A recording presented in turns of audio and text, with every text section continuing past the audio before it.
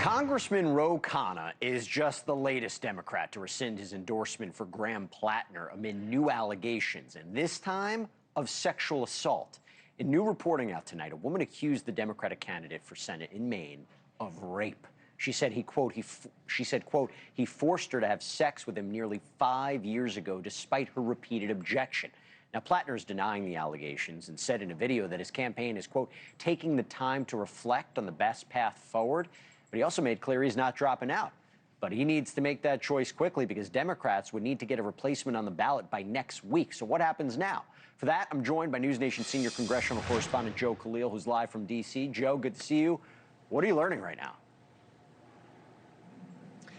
So, Jesse, even in the last couple of minutes, we are seeing more and more senators come forward now. This chorus of Democrats calling for Graham Platner to drop out. We even saw Senator Chuck Schumer put out a joint statement with Kirsten Gillibrand, who is the chair of the DSCC. It's the campaign wing of Democratic Senate candidates.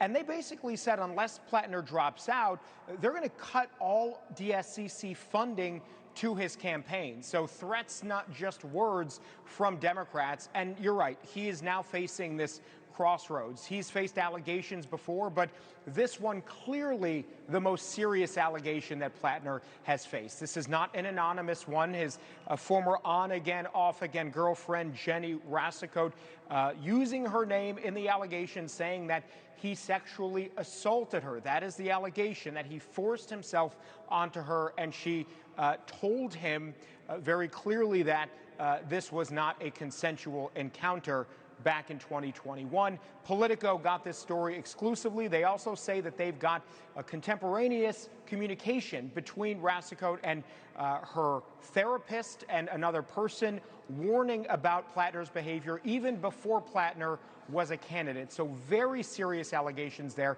Platner, as you mentioned, is not dropping out yet. He says that he is taking a step back to rethink the future of his campaign. This is what he said in the video he released shortly after the allegations came out. I wanted to directly address the troubling, serious, and false allegations against me.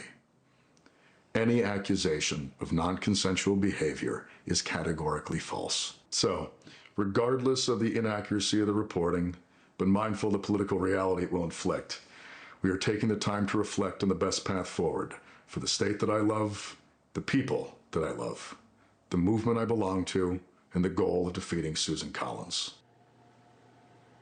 So, Jesse, some of his most high-profile backers at this point, Congressman Ro Khanna, Senator Ruben Gallego, and others have all pulled back their endorsements and are now calling for him to drop out. This is what Senator Susan Collins said. His opponent, the Republican incumbent senator in Maine, sending us a statement saying that these allegations are appalling. Nevertheless, it is not up to me to choose the Democratic nominee for Senate.